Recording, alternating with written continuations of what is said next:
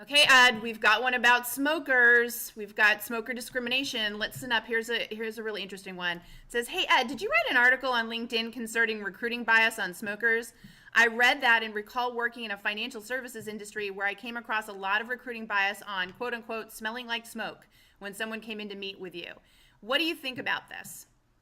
Yeah, so we have to understand that as much as we talk about fair, even playing field and, taking bias away, we're all human beings. And we all bring our own sets of values and judgments to every human interaction we have, and particularly when it comes to interviewing, and not just us as recruiters, but your hiring managers and interview teams too.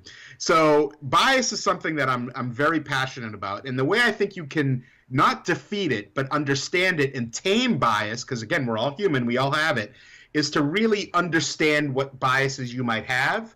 And then if you understand them, then you're easily aware of them. And if you're aware of them, you can tame them a bit. So I like to put them in three buckets, JT. And, I often talk about this. There's really three main buckets of biases that they fall under. One is first impression. So it's a person's appearance. It could be tattoos, whether you like them or don't like them. Piercings, whether you like them or you don't like them. Even weird things like amongst men, and JT, this might be foreign to you, but, how someone shakes your hand. We've been taught since we were boys that tells you something about that person, how firm they do it, which is ridiculous, right? It's absolutely ridiculous. But whatever you think about that, positive or negatively, that first impression is already shaping your mind. I remember at one software company I worked at, one of the best engineers we had a beard like ZZ Top down to the floor, tattoos and piercings all over the place. And you know what? I asked a couple of the hiring managers a year or so into my tenure there, would you have hired that person if they came in today? If you're being honest, they said no. And not because of how good they were, but the appearance.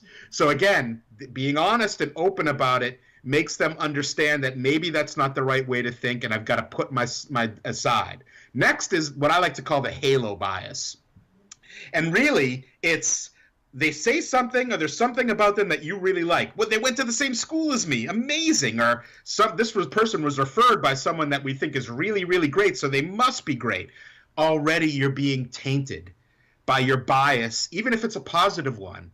They don't deserve that. An interview is both ways. It's getting to know each other. Just because someone great refers someone doesn't make that person they refer great, right? Just because they went to your school doesn't make that person worthwhile for the job. So again, understanding that. And lastly, I like to say is the compare and contrast bias. And the compare and contrast bias is literally like you might have interviewed someone who was terrible. The next person comes in and they're okay, but compared to that person, they're awesome. And immediately, because you're comparing that person to the last person you spoke to or the last three resumes you looked at, because they're marginally better, they become a lot better. And so it's easy to kind of compare and contrast and let that affect the bias that comes in. And it's really affecting judgment. It's not just bias, it's judgment. And taking the emotion out of it, if we're aware of these things, we can be better at addressing them and overcoming them. Yeah, and I got to tell you, I just happened to watch recently an incredible series. It's about an hour long. Facebook put it out, and they took everybody through the company through bias training. Mm-hmm. And there's 4 videos. We've got the link that we're putting up inside RecruitHUB for our RecruitHUB members. It is so worth watching. And they really started to look at the gender bias that we have, the bias we have against mothers and the perception they should be more motherly. And the data and the research and the examples and the exercises they give are fascinating. And I would encourage every recruiter out there to take the hour to watch these, because we think we don't have bias. We think as recruiters that we're so aware of this in our industry and we understand it. We do. Humans are biased by nature. It's a feature within us to help us shortcut and make decisions faster. It's a built-in mechanism in our human nature in order to make decisions in stressful times.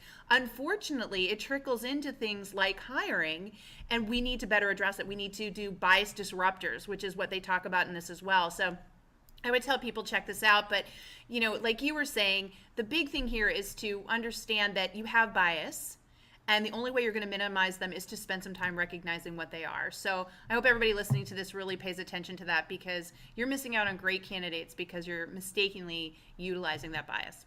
Absolutely. All right, so if you enjoyed this edition of Recruit Hub, then Ed and I have got to ask you, why aren't you inside Recruit Hub? It is where recruiters like you are getting elite level courses, coaching, and community from none other than Ed and myself. Yeah, it's been, already in just a short time since we've launched, really cool to see some of the conversations that are going on. But also, I got to tell you, JT and I put a lot of thought into putting this courseware together to give you a comprehensive view for all levels of recruiters, in-house, agency, you name it. It really covers everything that you want to know, from A to Z, from employer brand to interviewing to behavioral interviewing. You name it, it's in there. On top of that, though, like JT mentioned, I never had a career coach. I had mentors, I had people helping me, but what this is a private community of people who are just like you and I, and you get coaching from myself, from JT, and from each other. It's such a great way for people to collaborate and ask questions in a private forum that's not on social media, where you don't have to hear repercussion of asking a question that might be one level or another level, or looks silly asking a question. So at the end of the day, it's a tool that JT and I put together that we think really encompasses everything that we always wanted and people need today. Yeah, there's no setup fees. It's a monthly subscription. You can cancel at any time. Come in and test it out for a month. See what you think. I guarantee you're going to be addicted. We're a tribe of recruiters, and we're always looking to learn best practices. It's not about technology, it's about technique. And what you're going to do in here is really take your skill level up and have a lot of fun doing it and meet a lot of amazing people in our space. So I hope you come check us out and join us on RecruitHUB. See you there.